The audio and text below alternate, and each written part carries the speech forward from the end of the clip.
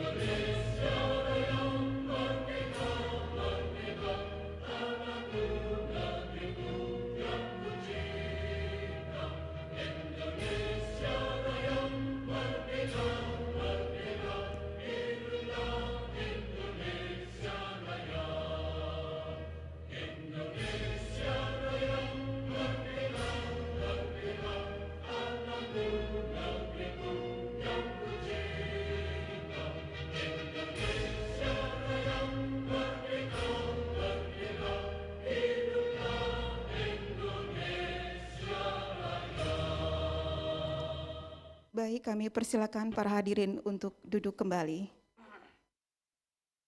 Bapak dan Ibu hadirin yang kami hormati, marilah kita melangkah ke acara selanjutnya, yaitu sekapur sirih tentang pertambangan emas skala kecil yang akan disampaikan oleh National Project Manager Gold ISMIA kepada Ibu Baik Dewi Krisnayanti PhD, kami persilakan.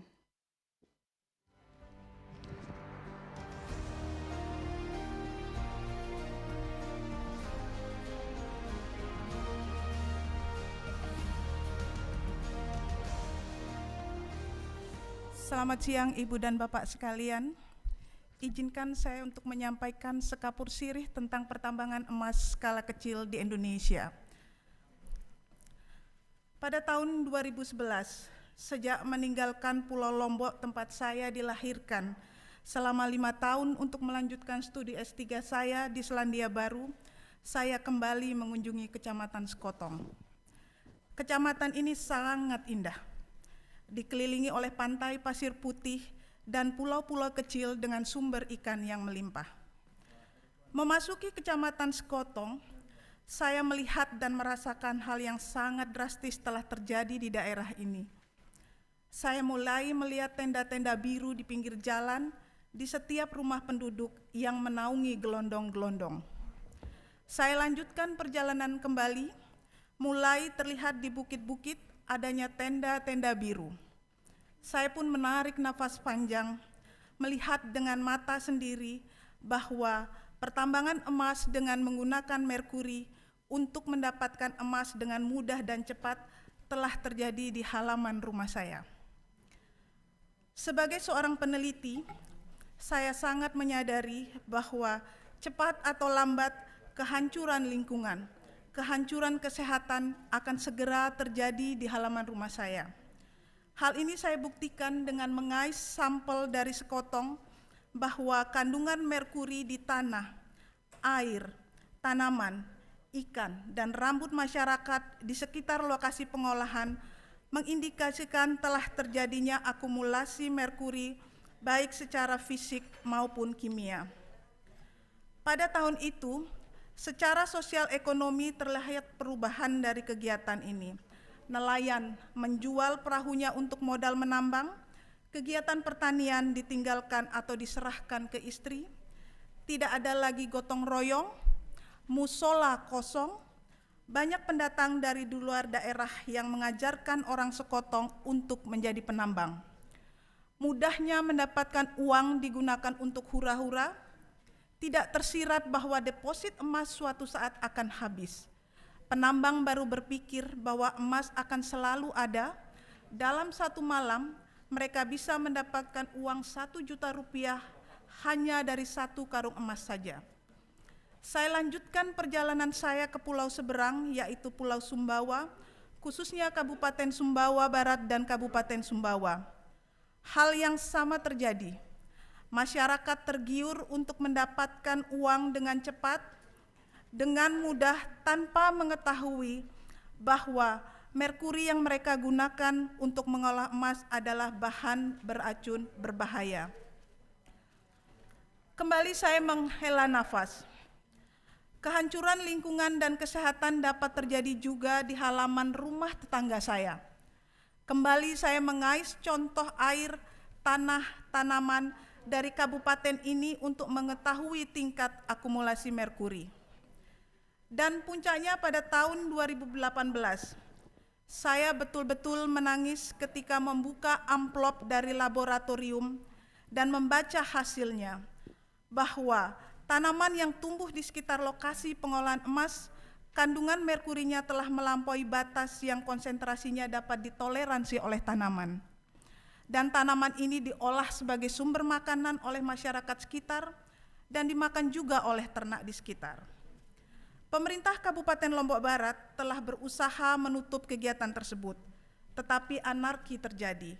Pembakaran kantor pemerintah, pembakaran kantor pemilik konsesi, bahkan pemblokiran jalan.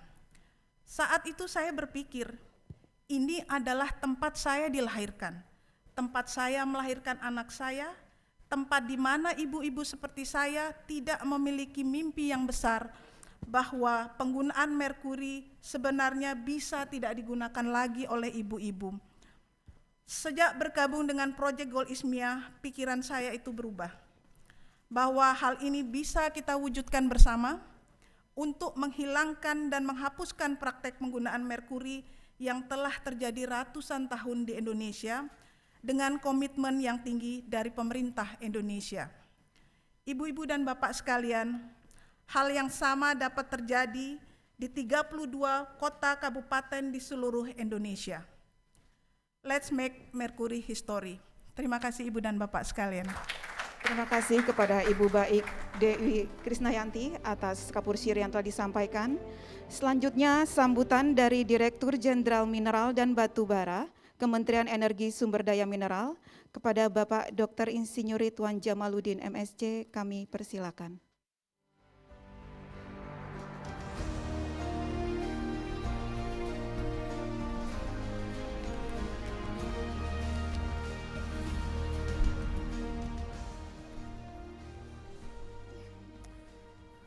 Bismillahirrahmanirrahim, selamat sore, Assalamualaikum warahmatullahi wabarakatuh. Ibu Dirjen, nggak boleh disebut Dirjen Sampah, Ibu Dirjen Pengelolaan Sampah, Limbah, dan B3, Ibu Deputi Bidang Pengarus Utamaan Jenderal, Kementerian Pemberdayaan Perempuan dan Perlindungan Anak, Pak Henry Bastaman, teman-teman dari BPT, teman-teman saya Minerba, Bapak Ibu sekalian. Pertama, bagi kami di industri ekstraktif ini, sebetulnya tadi Mbak Dewi sudah bilang let's make mercury history. Mungkin kami lebih melihatnya hidup ini adalah mencari keseimbangan gitu ya. Ketika kita punya emas yang bisa menjadi sumber penghidupan bagi sebagian masyarakat. Kemudian ketika kita melakukan industri ekstraktif, tentunya ada resiko-resiko yang kita hadapi gitu. Menggunakan merkuri dalam ekstraksi emas ini adalah sebuah peradaban masa lalu lah ya, tadi kita bisa katakan begitu. Namun untuk tidak mengelolanya sama sekali juga menjadi sulit, karena seperti tadi saya sampaikan, apapun semua yang diciptakan Tuhan di muka bumi ini pasti ada manfaatnya gitu ya.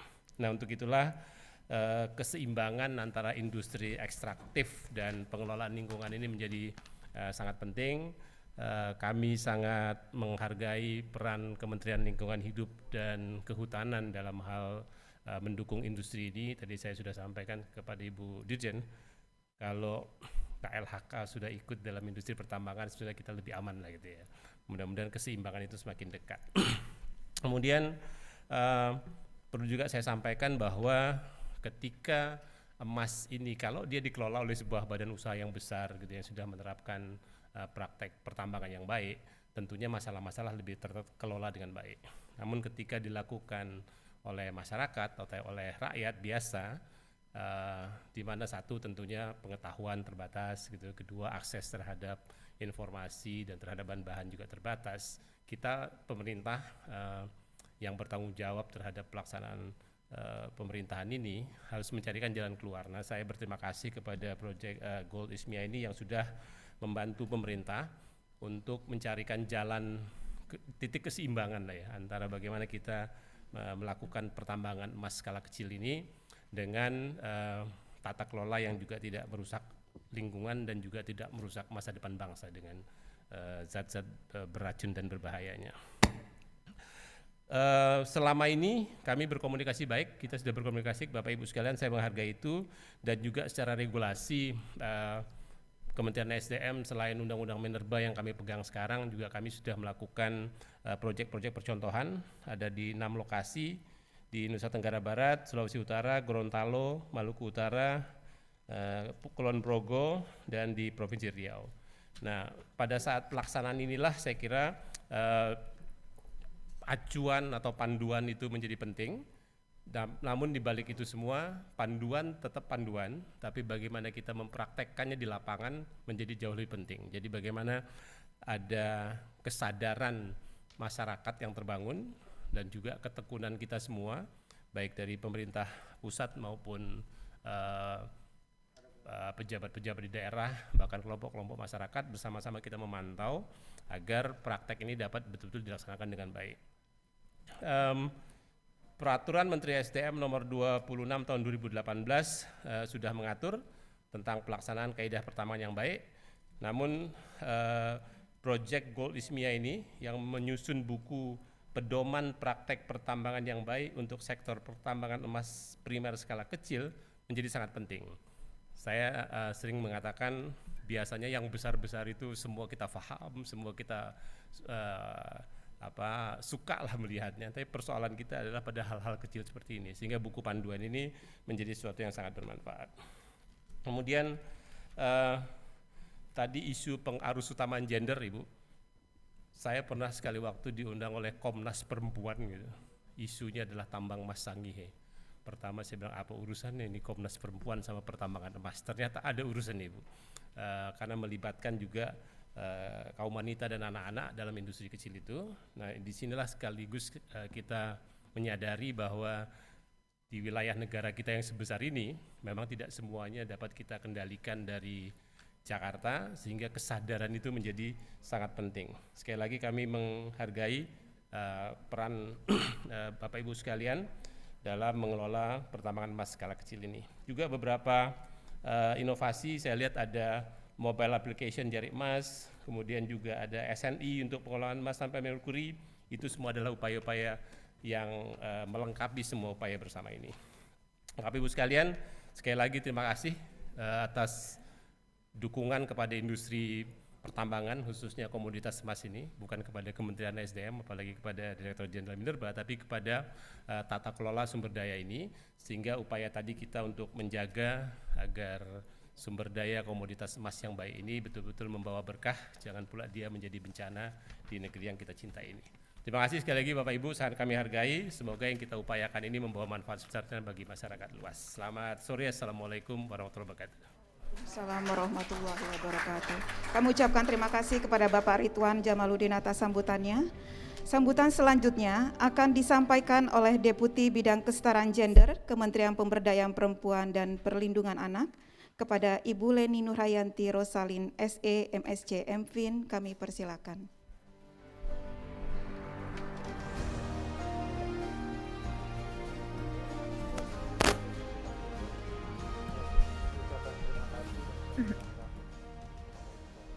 Terima kasih. Bismillahirrahmanirrahim. Assalamualaikum warahmatullahi wabarakatuh.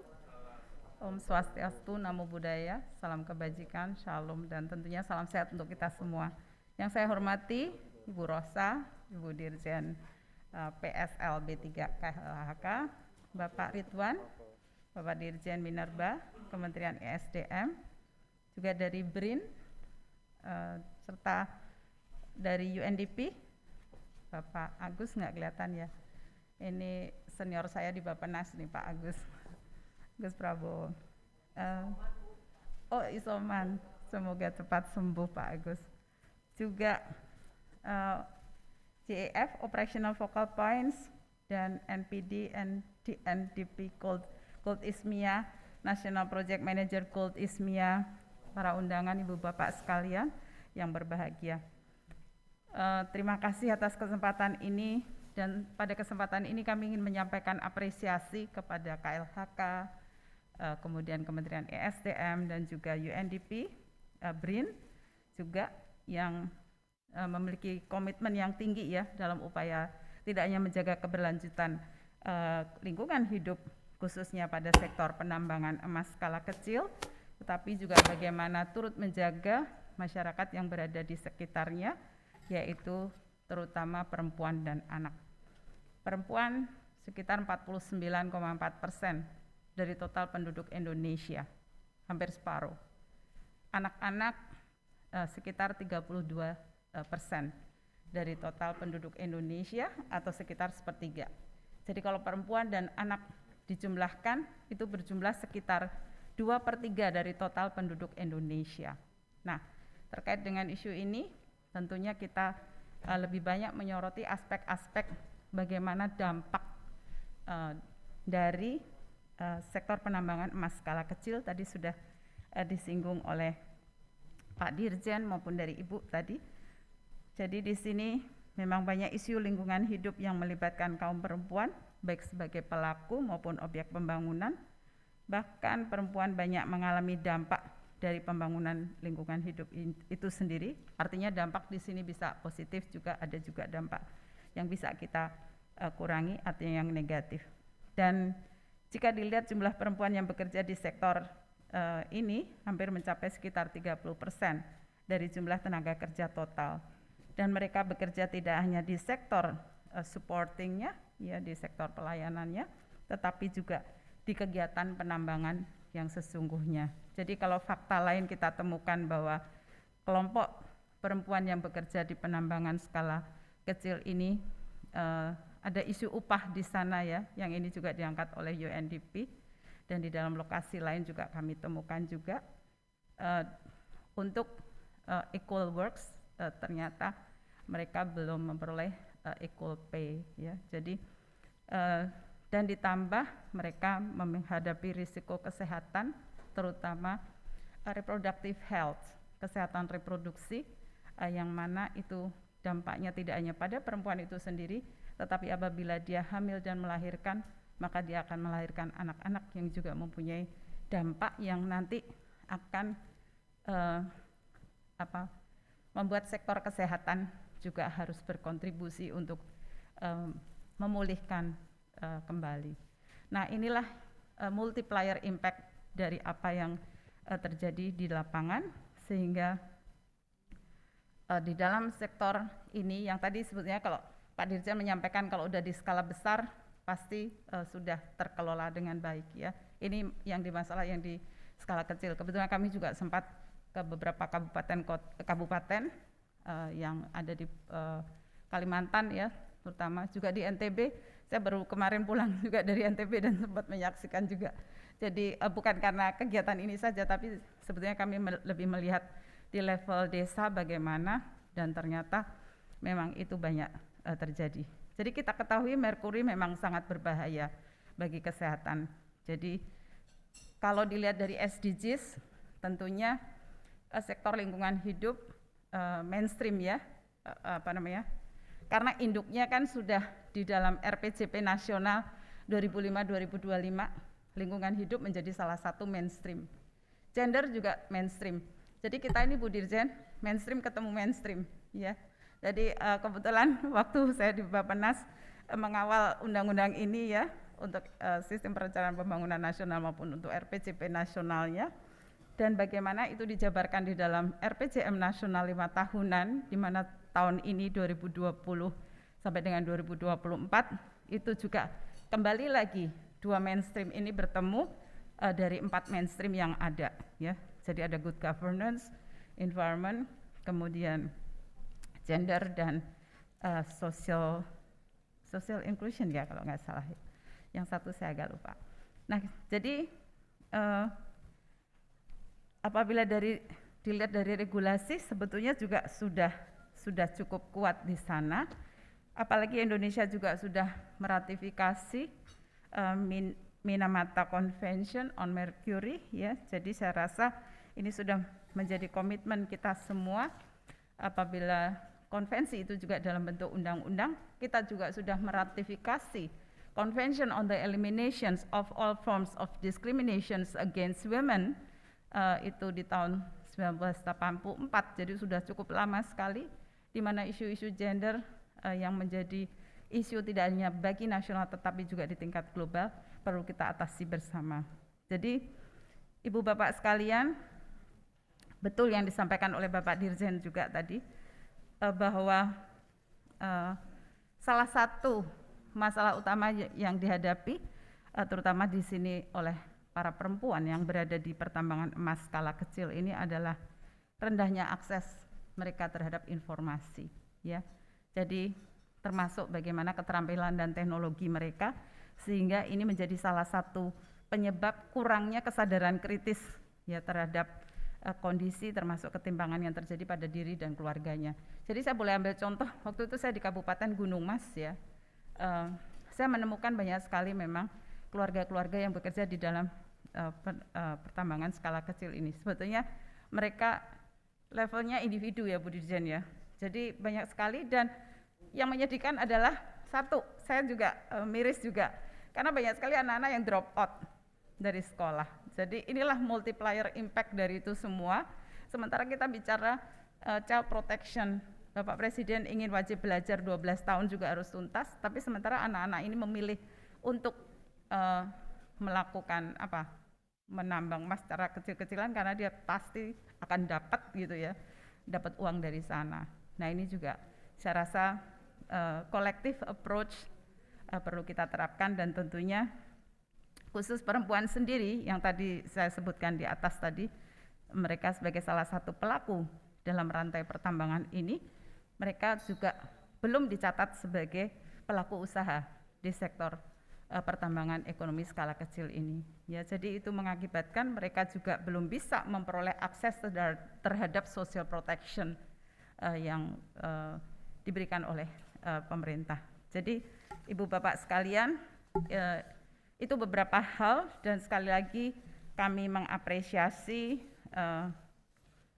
KLHK, BRIN, dan UNDP, dan dukungan dari Kementerian ESDM juga, serta Ibu Bapak sekalian ya, yang kita semua sudah berhasil merumuskan sebuah pedoman untuk mengaplikasikan gender mainstreaming dan environmental mainstreaming ya, sebetulnya ini pada saat yang sama ya, di mana ini merupakan hal yang masih sangat jarang dilakukan di dunia ya. Jadi tentunya sektor PESK, pertambangan ekonomi skala kecil ini, harapannya adalah tadi mudah-mudahan jangan sampai hanya sekedar pedoman ya Pak Dirjen ya. Jadi bagaimana how to implement pedoman ini, karena betul banyak faktor yang harus kita lakukan, dan terutama pendampingan itu menjadi peran yang sangat kunci.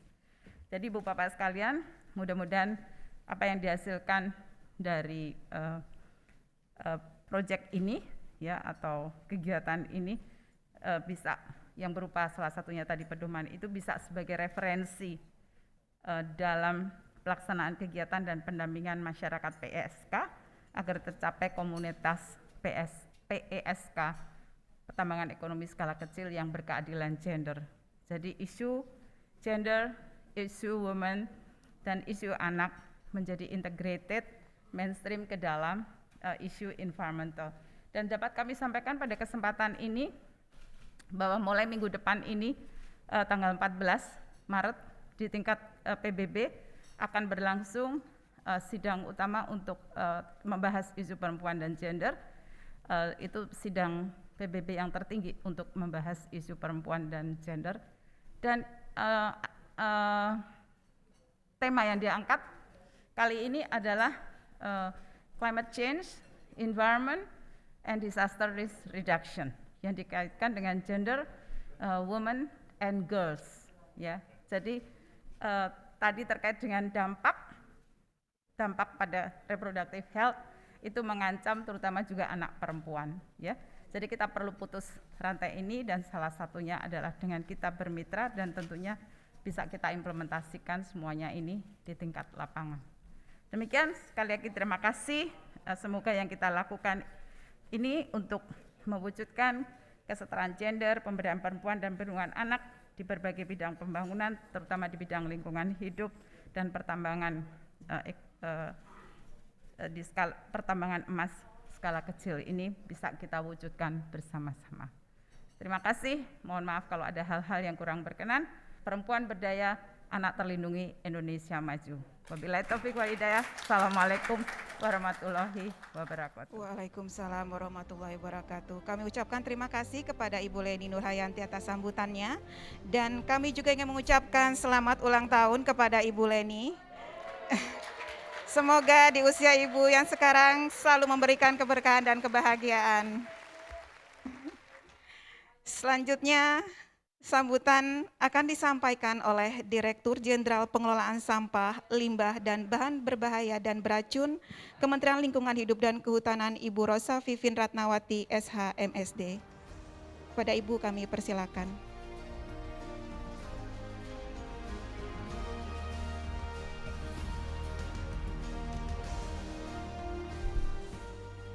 Izin buka masker, tadi sudah di antigen negatif. Assalamualaikum warahmatullahi wabarakatuh. Salam sejahtera untuk kita semua. Om Swastiastu, Namo Buddhaya, salam kebajikan, shalom, dan selamat siang. Yang saya hormati Ibu Deputi Menteri Bidang Pengarus Utamaan Gender KPPPA, Bu Leni. Terima kasih Bu sudah hadir. Yang saya hormati Pak Ridwan Jamaluddin, Dirjen Minerba Kementerian ESDM. Yang saya hormati kawan saya dari BRIN, Kepala Organisasi Riset Nanoteknologi dan Material, betul itu Pak ya? Sekarang GEF Operational Focal Point Indonesia, Bapak Asdep Industri Pendukung Infrastruktur, masih ada ya? Oh masih ada. Direktur Pendanaan Luar Negeri Bappenas, Direktur Indonesia Lingkungan Hidup Bappenas, Direktur Pinjaman Hibah Kementerian Keuangan, Direktur Teknik dan Lingkungan Mineral dan Batubara SDM, Direktur Pemberdayaan Masyarakat Desa Kemendesa, kemudian juga PLT Direktur Pusat Teknologi Pengembangan Sumber Daya Mineral, juga kalau dari KLHK PLT Direktur Pengelolaan B3, Senior Program Manager UNDP Indonesia, dan National Project Manager Gold ISMIA Bu Dewi, tim PMU Project Gold ISMIA, KLHK, BPPT, dan UNDP, Bapak Ibu sekalian yang juga mengikuti acara ini secara daring. Pertama-tama marilah kita panjatkan puji syukur kehadirat Tuhan Yang Maha Kuasa, karena atas berkat dan rahmat-Nya kita bisa berkumpul di sini. Ada yang secara fisik hadir, ada yang secara daring. Yang penting kita selalu bahagia sehingga COVID-19 nggak nempel di kita. Terima kasih, dan Pak Agus moga-moga kalau masih hadir online cepat sembuh ya Pak Agus Prabowo. Bapak Ibu yang saya hormati, KLHK bersama BRIN yang didukung oleh UNDP dalam pelaksanaan Project Gold Ismia memang mempunyai tujuan untuk mengurangi dan menghapuskan penggunaan merkuri. Bu Leni, kalau Ibu tadi tagline-nya bagus banget, jayalah perempuan Indonesia ya. Oh, perempuan berjaya. Kalau di kami terkait dengan merkuri, let's make mercury history. Jadi kita buat merkuri menjadi sejarah, sudah tidak digunakan lagi di bumi Indonesia ini. Dan berkat Project Gold Ismia ini memang ada beberapa hal pekerjaan-pekerjaan sebagai tindak lanjut dari Konvensi Minamata terkait merkuri memang sangat terbantu sekali, seperti penguatan regulasi, kemudian memberikan akses pembiayaan untuk pembelian peralatan pengolahan emas tanpa merkuri, memberikan bantuan teknis, transfer teknologi, peningkatan kesadartahuan bahaya merkuri, dan memberikan akses yang seimbang untuk penambang perempuan dan pria. Pelaksanaan Project Gold Ismia ini sudah berjalan 3 tahun dan hasilnya lumayan signifikan, dan ada penurunan penggunaan merkuri berapa ya tadi Mbak Dewi ya? 6,8 ton merkuri kita turunkan penggunaannya, sangat lumayan, dan memang hal ini berkat kerjasama yang sangat baik juga dengan Pak Ridwan. Terima kasih Kementerian ESDM, karena salah satu syarat memang untuk menggantikan teknologi penambangan emas skala kecil dari yang menggunakan merkuri menjadi tanpa merkuri itu adalah wilayah pertambangan rakyat, Pak Ridwan. Jadi kalau ada 2 kalau nggak salah hibah dari Project Gold Ismia yang tidak bisa kita berikan karena daerah itu bukan WPR, Pak. Jadi kalau WPR tentu saja dia menjadi ilegal dan kita tidak bisa memberikan bantuan, sehingga mungkin melalui Pak Dirjen Minerba kita bisa kemudian bagaimana kerjasamakan ini gitu Pak. Jadi kita bisa memperluas, dan tapi tentu saja dari Kementerian SDM punya kriteria-kriteria untuk menjadikan daerah itu WPR, tapi kita butuh bantuan. Juga Bu Deputi, untuk isu gender kami juga butuh bantuan dari Ibu untuk kita bisa mengidentifikasi Bu. Ibu yang punya data pasti, daerah-daerah mana ya Mbak Dewi ya, daerah mana yang bisa kemudian kita teruskan pekerjaan-pekerjaan kita yang terkait dengan isu gender. Dan satu hal lagi Pak Dirjen, Bu Deputi, bulan Maret tanggal 21 bulan ini 21 sampai 25 Maret itu ada Conference of the Parties Minamata Convention, dan Indonesia sebagai tuan rumah dan saya ditunjuk sebagai Presiden COP4 ini. Dan kami tadi saya bicara sama teman-teman, Bu Leni, kami akan memasang exhibition. Jadi mungkin yang terkait dengan pengarus utamaan gender itu kalau di Minamata Convention itu sangat kuat sekali ininya, isu ini. Sehingga mungkin nanti kalau boleh Bu tugaskan stafnya Ibu untuk bisa komunikasi dengan staf saya untuk kita bisa memasang keberhasilan Indonesia dalam rangka pengarus utamaan gender, terutama di bidang penambangan emas tanpa merkuri, dan juga daerah-daerah yang kemudian kita sudah bisa tingkatkan. Saya tadi ngelihat Ibu terus dengan mendengar sambutan dari Ibu rasanya bagus sekali itu. Kita bisa lebih tingkatkan kerjasama kita. Bapak Ibu sekalian, pada hari ini kita hadir untuk peluncuran hasil Project Gold Ismia, dan hal ini sangat diperlukan untuk menyebarluaskan informasi. Tapi hasil ini yang dibuat oleh teman-teman dari Project Gold Ismia tidak akan bisa dilaksanakan kalau tidak dibantu dari Kementerian Ibu Leni dan Pak Ridwan Jamaluddin, karena usernya adalah Bapak Ibu sekalian. Jadi memang kita siap untuk meluncing dari dokumen pedoman, modul pelatihan, materi kampanye. Dan tentu saja teman-teman dari Project Gold ISMIA ketika membuat modul dan dan hasil-hasil materi kampanye dari hasil kajian, juga telahan para ahli, sehingga keabsahan, keakuratan dan validasi isi dari dokumen tersebut dapat dipertanggungjawabkan. Dan dokumen-dokumen ini telah digunakan oleh proyek dalam kegiatan di 6 lokasi proyek, sehingga harapan kami produk-produk ini dapat berguna untuk kita implementasikan bareng-bareng di seluruh Indonesia dan dapat menjadi rujukan sehingga kita bisa mencapai Indonesia Zero Mercury, terutama di penambangan emas skala kecil. Jadi tagline Make Mercury History bisa kemudian terlaksana. Demikian sambutan dari saya, dengan harapan kita bertambah wawasan dan kita tidak hanya dalam hal pengelolaan emas non mercury secara teknis, tapi juga pemahaman kesetaraan gender, karena banyaknya memang keterlibatan perempuan dalam sektor penambangan emas skala kecil ini. Kami atas nama Kementerian Lingkungan Hidup dan Kehutanan menyampaikan terima kasih atas partisipasi peserta. Pak Henry Bastaman juga terima kasih atas bantuannya, beliau senior saya ini Bu. Terima kasih atas kerjasama selama ini dan semoga dapat bermanfaat buat masyarakat Indonesia dan kita bisa mencapai Make Mercury History. Demikian, terima kasih. Wabillahi taufik wal hidayah. Wassalamualaikum warahmatullahi wabarakatuh. Hom Santi Santi Santi Hom. Namo Buddhaya, salam kebajikan dan shalom. Semoga Tuhan memberkati. Baik, terima kasih Ibu Dirjen atas sambutannya. Kami mohon perkenan Ibu Dirjen untuk tetap berada di atas panggung untuk mengikuti acara selanjutnya. Hadirin yang berbahagia, saatnya kita memasuki acara inti kita pada siang hari ini, yaitu peluncuran hasil proyek Gold ISMIA.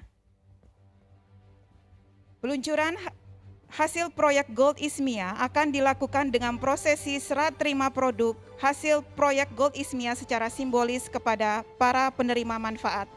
Untuk itu kami undang agar dapat naik ke atas panggung bergabung dengan Ibu Dirjen. Dengan hormat, Dirjen Minerba KESDM Bapak Dr. Insinyur Ridwan Jamaluddin MSc, Deputi Bidang Kesetaraan Gender KPPPA Ibu Leni Nurhayanti Rosalin SE MSc MFin, Senior Program Manager UNDP Indonesia Bapak Anton Sri Probiantono,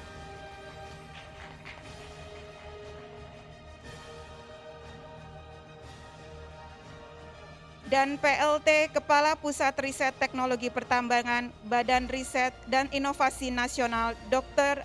Anggoro Trimursito MSc. Para hadirin, inilah peluncuran hasil proyek Gold ISMIA.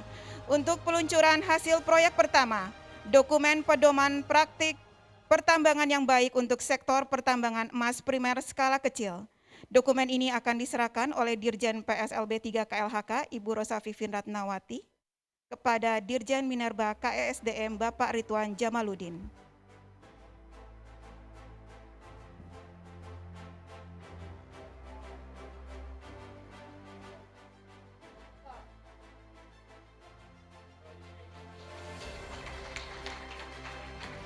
Ya, perkenannya untuk didokumentasikan, Ibu.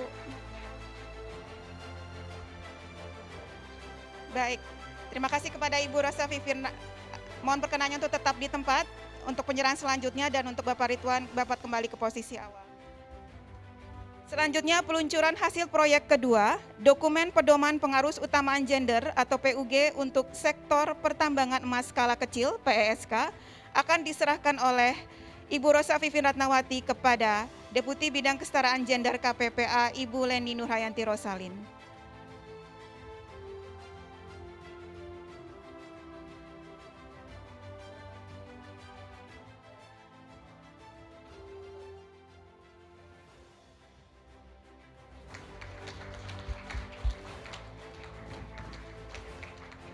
Baik Ibu, terima kasih. untuk Ibu Leni dapat kembali ke posisi awal. Kepada Ibu Rosa Vivin mohon perkenan untuk kembali menyerahkan hasil berikutnya, yaitu hasil proyek ketiga, modul pelatihan dan materi kampanye bahaya merkuri, yang akan diserahkan oleh Senior Program Manager UNDP Indonesia, Bapak Anton Sri Probiantono, kepada Ibu Rosa Vivin Ratnawati. Dokumen pertama yang akan diserahkan adalah modul pelatihan. Paket modul pelatihan ini dapat digunakan untuk penguatan kapasitas instansi pemerintah dan penambang di sektor PSK di Indonesia. Mohon didokumentasikan oleh para. Berikutnya penyerahan materi kampanye bahaya merkuri.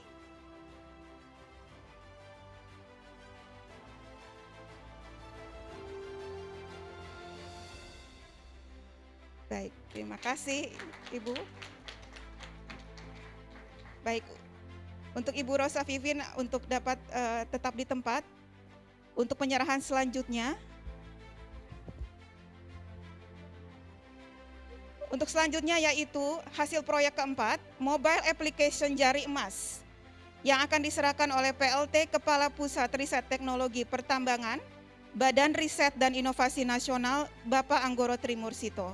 Kepada Ibu Rosa Vivin Ratnawati, dapat menerima, ya.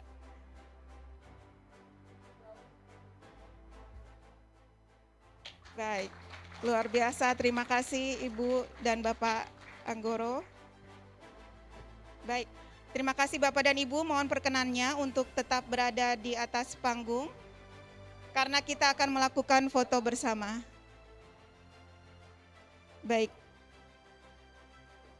Ya, kita akan melakukan foto bersama Ibu. Untuk itu kami undang Ibu Baik Dewi Krisnayanti, Bapak Rudi Nugroho, Bapak Yudi Prabangkara, dan Bapak Muhammad Wafid untuk dapat bergabung juga di atas panggung. Kepada panitia yang bertugas dipersilakan untuk mengatur jalannya sesi proses foto bersama.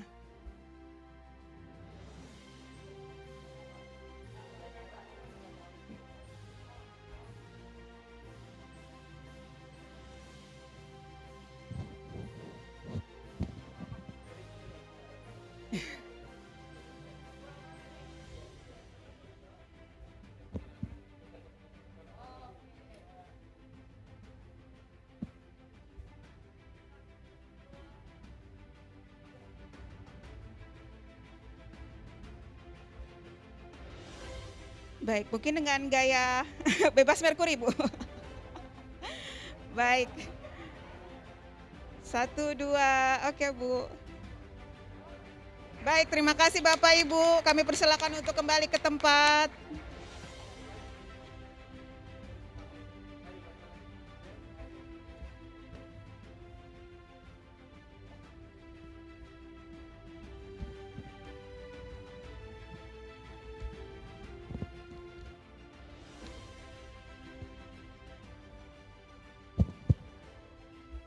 Bapak, Ibu, dan hadirin yang berbahagia, setelah kita menyaksikan peluncuran ke-5 hasil proyek Gold Ismia, berikutnya perkenankan saya untuk memperkenalkan sekilas tentang produk hasil proyek Gold Ismia yang baru saja kita luncurkan.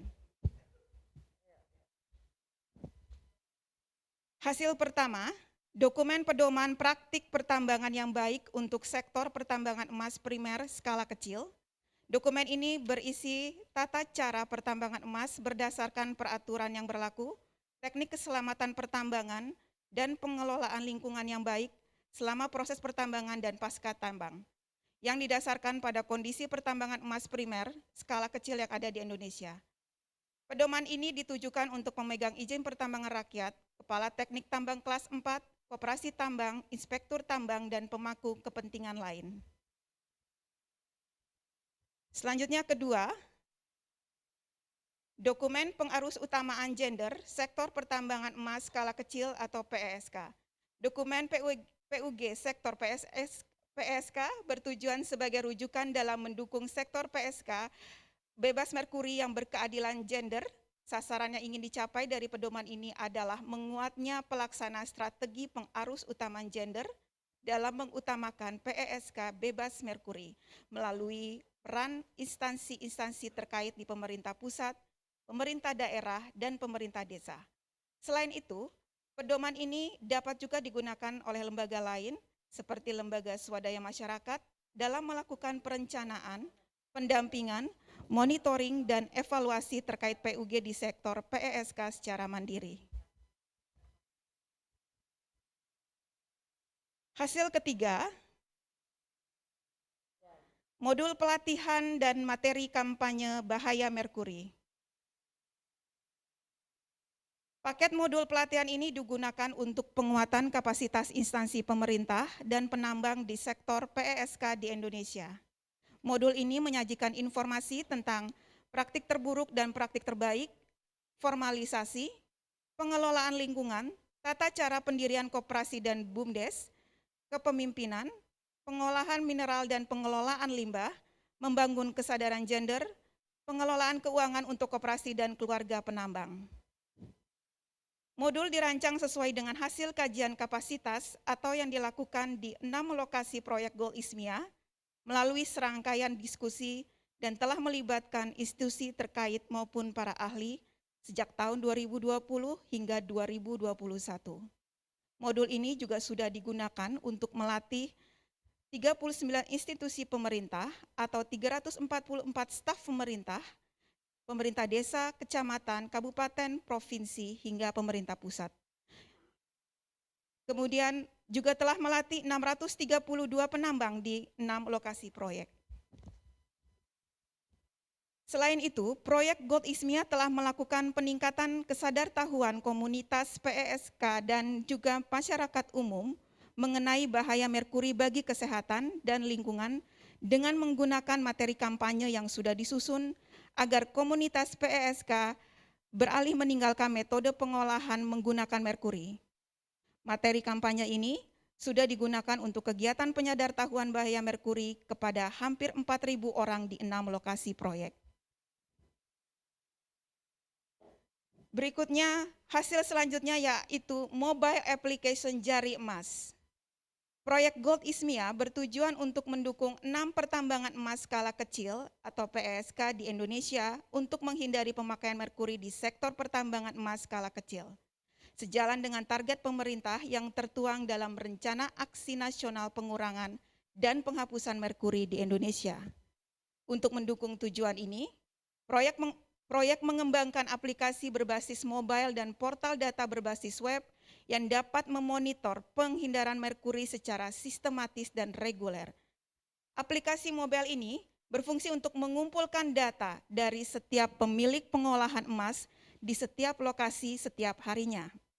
Portal web akan mendukung pemerintah Indonesia dalam menghitung jumlah total merkuri terhindarkan dari lokasi PESK yang tersebar di seluruh Indonesia.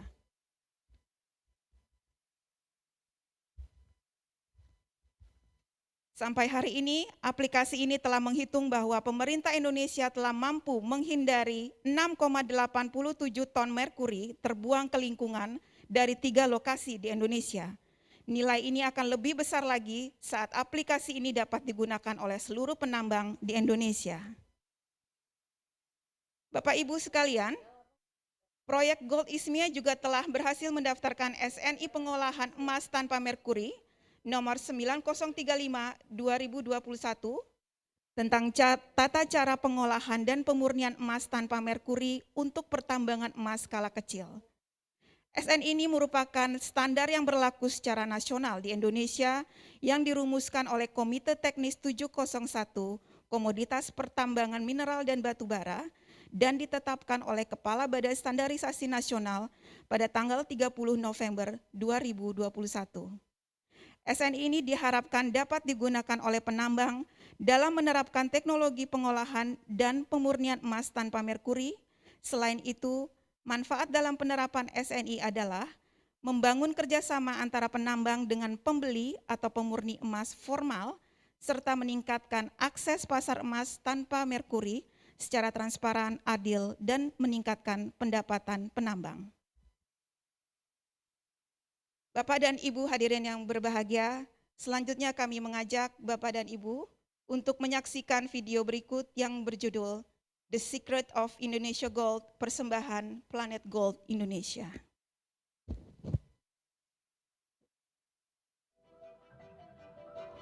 Guys, there is something about gold in Indonesia that everybody should talk about. You see, everyone loves gold. Everyone wears gold. But not many people know that gold puts Indonesian lives in danger. How and why? Let me take you to Hulawa village in Indonesia to answer that question. Halo, perkenalkan nama saya Ibu Ustin Rahman. Saya mewakili ibu-ibu pendulang yang ada di sini. Saya juga sekalian ibu-ibu penambang. Bu Ustin is a female miner in a sector dominated by men.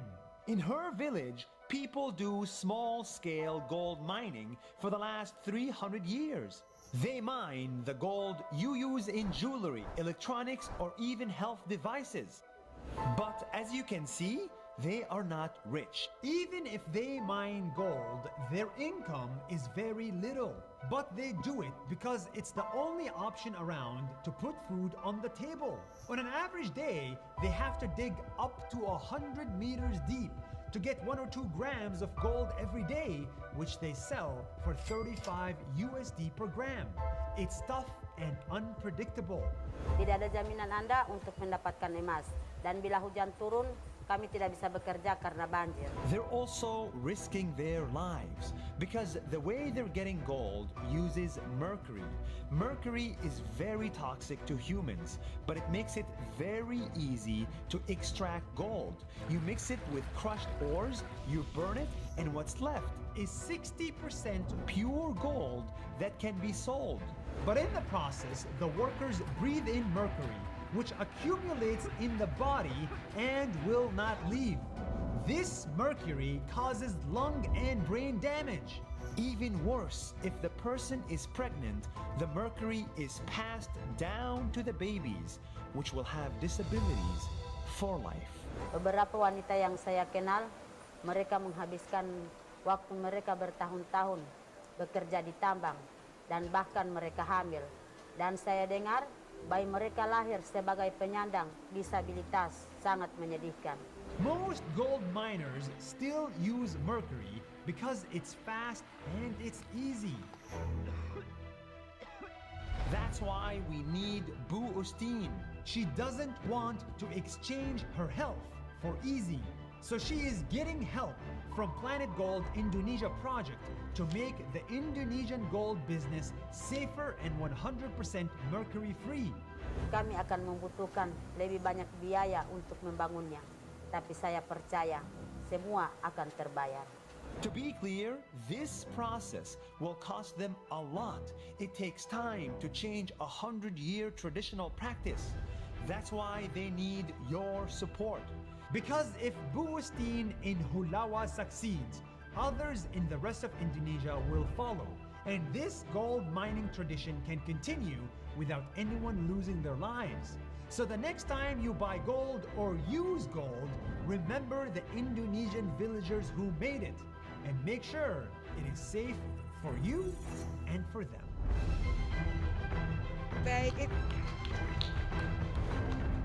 Oke, baiklah, itulah video persembahan dari Planet Gold Indonesia. Sebuah pesan yang luar biasa dari sepenggal cerita tentang penambang emas skala kecil di Desa Hulawa, Provinsi Gorontalo. Jika Anda membeli emas atau menggunakan emas, ingatlah akan penduduk desa Indonesia yang menambangnya dan pastikan itu aman untukmu dan untuk mereka.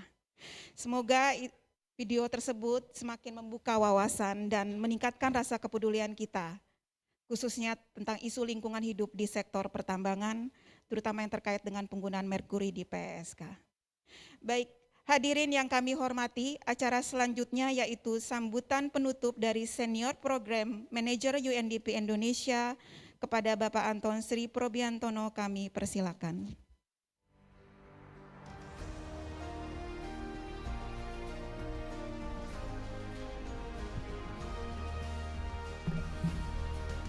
Selamat sore, Bapak Ibu semuanya.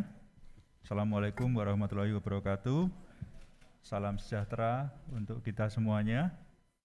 Yang terhormat, Direktur Jenderal PSLP3, Ibu Vivin, Direktur Jenderal Minerba, Pak Ridwan, Deputi Menteri Pengarus Utamakan Gender dari KPPPA.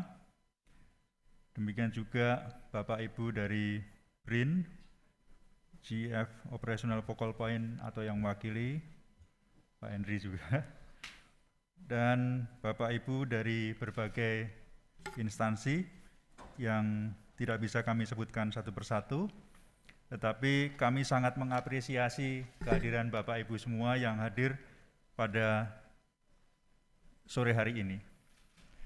Dan seperti yang kita pahami bersama bahwa UNDP sangat mendukung pendekatan pembangunan yang berkelanjutan.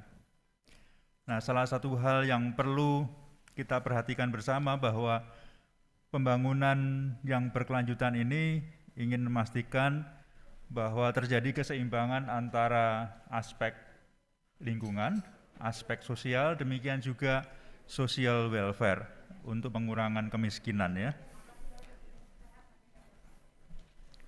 Terima kasih Pak Ridwan. Sampai bertemu Pak. Dan ini merupakan komitmen dari UNDP untuk mempromosikan pembangunan yang berkelanjutan pada berbagai program yang diimplementasikan oleh UNDP, baik dengan KLHK, dengan Kemenperin, dengan KSDM, demikian juga dengan PPA dan lain sebagainya gitu ya. Nah, pendekatan-pendekatan ini yang ingin dipastikan juga terjadi dalam proses kegiatan yang kita lakukan di dalam Planet Gold Indonesia ini atau Gold ISMIA ini, sehingga kegiatan yang kita lakukan ini memberikan dampak yang positif melalui kegiatan sosial dan ekonomi yang produktif, demikian juga memberikan kesadaran kepada masyarakat di PSK atau pertambangan emas skala kecil, baik mengenai bahayanya, kita memberikan pengertian mengenai bahaya, tetapi pada saat yang sama kita pun juga memberikan dorongan agar mereka mengubah teknologi mereka dari mercury base menjadi non-mercury base, tidak menggunakan merkuri sehingga memberikan kegiatan yang positif dan tidak hanya kepada laki-laki saja, meskipun didominasi oleh laki-laki, tapi kita juga memberikan dorongan kepada kaum perempuan supaya terjadi keseimbangan dalam proses yang dilakukan di masyarakat. Karena UNDP menyadari bahwa pembangunan tidak bisa dilakukan tanpa melibatkan perempuan. Karena biasanya laki-laki itu kan sangat terpengaruh oleh ibu-ibu rumah tangga mereka. Karena kalau mereka tidak didorong, biasanya ya terus seenaknya sendiri gitu ya. Tadi Ibu Dewi juga sudah menjelaskan bahwa terjadi penyimpangan dalam penggunaan hasil yang mereka peroleh untuk kesenangan mereka sendiri gitu. Nah, kita menyadari bahwa 2 tahun terakhir ini kita dilanda oleh pandemi. Nah, ini sangat mempengaruhi, tetapi UNDP mendorong, demikian juga bersama-sama dengan KLHK dan BRIN khususnya ya, selaku dari responsible parties untuk mencapai target-target yang telah direncanakan bersama ini. Nah, hingga saat ini kita juga menyaksikan bagaimana hasil kajian yang telah membuahkan hasil, demikian juga diharapkan nanti terus berkelanjutan dan dilaksanakan dengan baik di tingkat tapak maupun di dalam pelaksanaan kegiatan yang dapat dipakai oleh masyarakat, termasuk tadi mobile apps yang bisa Bapak Ibu unduh di Google Play Store ya. Dan semua produk ini tentunya bukan merupakan rancangan seseorang, tetapi merupakan satu kerja yang memerlukan pemikiran yang luar biasa, terutama dari Pak Rudi, Pak Aji, ya, Pak rekan-rekan yang lain lah di BRIN gitu ya, yang selama ini secara aktif terlibat dalam kegiatan ini. Nah, kami ingin memastikan bahwa UNDP akan terus berusaha mendukung yang bisa memberikan manfaat bagi kegiatan yang berkelanjutan di Indonesia, dan besar harapan kami bahwa kita bisa lebih banyak berbuat bagi pembangunan yang berkelanjutan, dan harapan kita tidak hanya terletak pada tulisan maupun perkataan kita, tetapi terjadi dalam kegiatan dan proses yang kita lakukan dalam kegiatan kita sehari-hari. Demikian Bapak Ibu yang dapat kami sampaikan. Demikian pula tidak lupa ingin memastikan bahwa dukungan Bapak Ibu semuanya besar artinya bagi proses pembangunan yang telah kita sepakati, dan kita ingin memastikan bahwa no one is left behind di dalam sustainable ataupun di dalam mencapai tujuan pembangunan yang berkelanjutan. Terima kasih dan selamat sore. Assalamualaikum warahmatullahi wabarakatuh. Salam sejahtera. Tuhan berkati Bapak Ibu semuanya. Baik, terima kasih Bapak Anton. Bapak dan Ibu hadirin yang kami hormati, demikianlah rangkaian acara peluncuran hasil proyek Gold Ismia pada hari ini. Kami ucapkan terima kasih atas kehadiran Bapak Ibu sekalian, dan mewakili penyelenggara, saya selaku pembawa acara memohon maaf bila ada hal-hal yang kurang berkenan selama acara berlangsung. Tetap semangat, tetap sehat, sampai berjumpa lagi. Wassalamualaikum warahmatullahi wabarakatuh.